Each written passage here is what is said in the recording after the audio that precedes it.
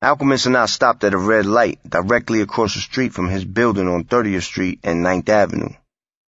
While waiting for the light to change, I spotted an empty parking spot diagonally across the street from us in the middle of the block next to Al's building, which was like winning the lotto in Manhattan. So when the light turned green, I made an illegal U-turn up 9th Avenue and backed into the spot.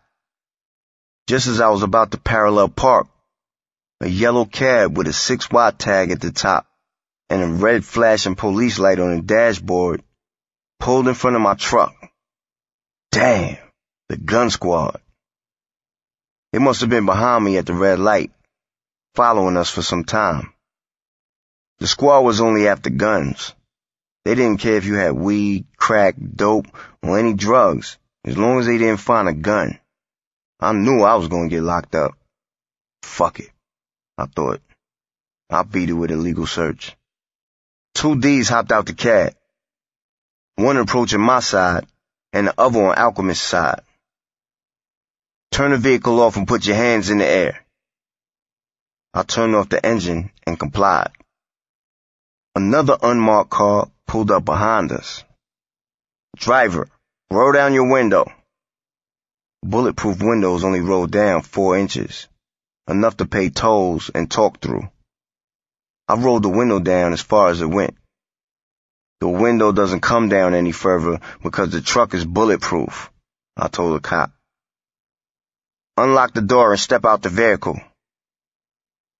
I have to take off my seatbelt first, I said. I didn't want them to think I was reaching for a weapon. I stepped out the truck.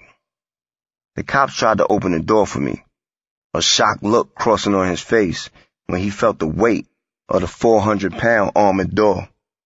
Alchemist got out too. Do you have any weapons on you or in the car? The cop asked. No, I replied. They frisked us, ordering that we sit on the back of the bumper as they began searching my truck without permission. 2 more plainclothes detectives stepped out of the unmarked black car behind my truck. Jam and Rome pulled up in the Benz looking at us, shaking their heads. Jam parked and walked up next to us on the sidewalk. I was waiting for the moment the D's would find the gun.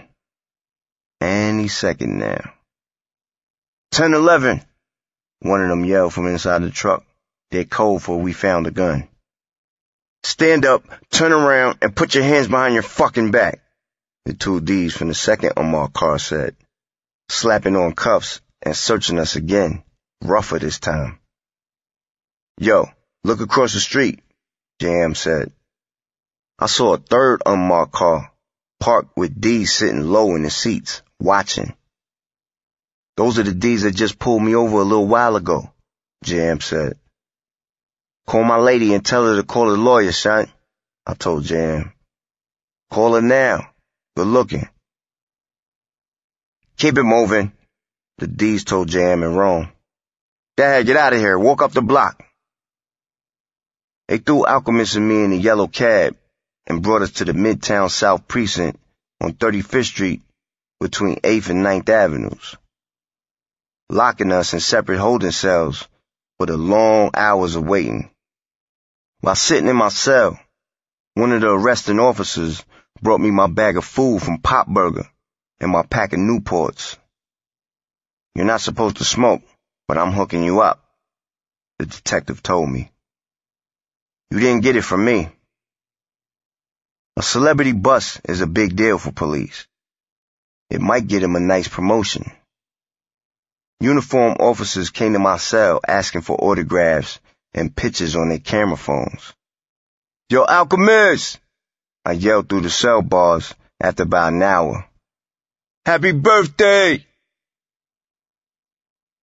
You're good looking, Al yelled back from a distance. You're a funny motherfucker. The arresting officers pulled me out of my cell into an interrogation room. Look, we know the gun belongs to one of you, so just tell us, whose gun is it? I don't know about no gun, I said. We do music. We don't use guns. Listen, we're willing to work with you. We'll forget about the gun and rip up the sheet if you're willing to give us some information. Do you know any drug dealers or criminals that you could help us bust? Any information at all? Those D's were some real clowns. They continued. To tell you the truth, we just want information on 50 Cent. Does he buy drugs or guns? Maybe you can help us set up a buy and bust. Will he buy some drugs from you? I took a deliberate deep breath and exhaled real hard, putting my head in my hands to give them the impression that I was thinking about working with them. Oh, man. Can I get a cigarette? I asked.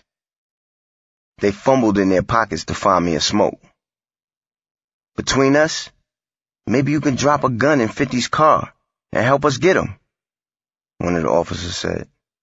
Maybe some drugs. Does he let you get in any of his cars? You and your friend are going to get a lot of time, man. We're trying to help you get out of this situation. Nobody will ever find out that you helped us. Those crooked motherfuckers wanted me to plant a gun in 50's car. I smoked a cigarette fast and asked for another. So what's it gonna be? One of the officers said. I'll rip up the arrest sheet right now, and we can act like this gun of yours never happened. He told his partner, go grab the sheet for him. The partner came back with the arrest sheet. Take it or leave it. What it's gonna be? Nah, if I gotta do time, then so be it, I said, finishing my second cigarette. I'm not a rat. Back in my cell, I went to sleep on the hardwood bench, wondering if they were putting alchemists through the same thing. About an hour later, 2 different detectives took me back to the same room and tried the same bullshit, staring at me with hateful eyes. You know what? You fucking bastards make all this money while we make crumbs, and our white women turn into groupies going to your shows and hotels, one detective said. His tone sounded like he wanted to hang me from a tree branch. I fucking hate that black rat bullshit. I know what you mean, officer, I said. It's crazy because not too long ago, we did a concert at Madison Square Garden, and I saw Nicole Kidman in the front row going crazy to our music. She loved rap. The officer's face turned blood red. Take this motherfucker back to his cell, he ordered his partner. Get him out my face. I lit my last cigarette in my cell and stood on the bench, scribbling on the ceiling with my lighter. Mobb Deep, G-Unit, Infamous, HNIC Part 2, taking advantage of the time and the free advertising space. An hour or two later, the arresting officers took me upstairs into a conference room, where a handful of agents were seated around the table, all wearing blue nylon jackets with the letters ATF printed on the back in yellow. Why don't we just do this? You write a statement and admit the gun is yours, so we can send your friend Alan home, one of the agents said, meaning Alchemist, pushing the legal pad and pen towards me. I took the pad and pen and started writing. I slid the pad over to the ATF agent, who read it, then slammed the pad down and said, "Put him back in his cell." The vague statement didn't offer any information they were looking for. They took me to a different holding cell, this time with Alchemist. I asked Al if he stuck to the script, and he confirmed that he did. I asked him if the D's were trying to get him to plant evidence on 50, and he said no. They just wanted him to confess that the gun was mine and not his. But Al kept telling them, "I don't know about any gun." A transport van brought us to 100 Center Street, the Tombs. Later that afternoon, the judge let Alchemist, who didn't have a criminal history, out without no bail and hit me with $50,000 bail. My lawyer, Irv Cohen, negotiated my bail down to $7,000, and 50 Cent put up the money. Around 5 p.m., Alchemist and I walked out of Central Booking and went straight to the G-Unit office so I could tell 50 how the gun squad and the ATF were trying to set him up. 50 was already highly aware how crooked law enforcement could be. My nigga, be careful about who you let inside your cars, office, house, and your hotel rooms, I told 50 in the conference room after detailing what happened. These police niggas is trying to set you up for real. The D's confiscated my bulletproof truck because of a New York state law that says if you're caught with guns or drugs in a vehicle that's in your name, if convicted, the state keeps your vehicle and auctions it off. I pleaded not guilty and was taking the case to trial, so I had to wait for the outcome of the trial to find out the fate of my truck. So I was back in my Porsche. I rode to a studio in an old warehouse in Bushwick, Brooklyn, to listen to beats by a production duo known as Sid Rome's, who Twin had been working with. Voxonic had agreed to my terms in the contract, and we were close to finalizing the deal. The owners of Vox, FD, was in his late 60s, and his son, RE, was a few years older than me, had their main office in a $10 million brownstone that FD owned on 62nd Street and Lexington Avenue, down the block from my old high school, Art and Design.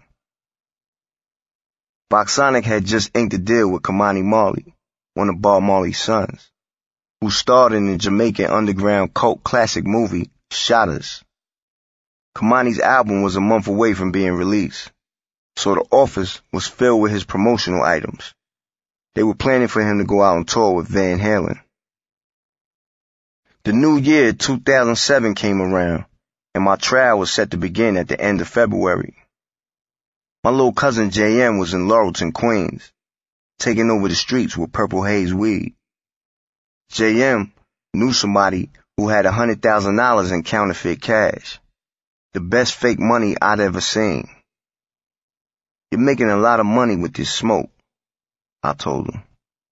Don't start fucking around with that fake money. That's a federal charge. Nah, I'm not trying to get into that, JM assured me. My man gave me 10 stacks because he owed me a favor. Alright, I said. Don't have the feds coming at you. The next day, JM's moms, my Aunt Janice, called saying that the D's ran in their house and found 5 pounds of weed, 2 guns, and $5,000 in fake money, and confiscated both his drop tops, the SL Benz, and the Pontiac Solstice. His mother's front door was knocked off the hinges, hanging by a few screws when I went to visit him after he was bailed out. The feds came to talk to me at the precinct, JM told me, because they found $5,000 in that funny money. They asked me, was I getting the money from you? What? I said, from me? They wanted to know who had the master die that created the money, JM explained. They said, who are you getting it from? Your cousin Prodigy out in New Jersey? How the hell do they know where I live? I said. They must have had our phones tapped. No wonder my phone been ringing crazy lately. What I was about to find out through my trial would confirm that my many years of paranoia was for good reason.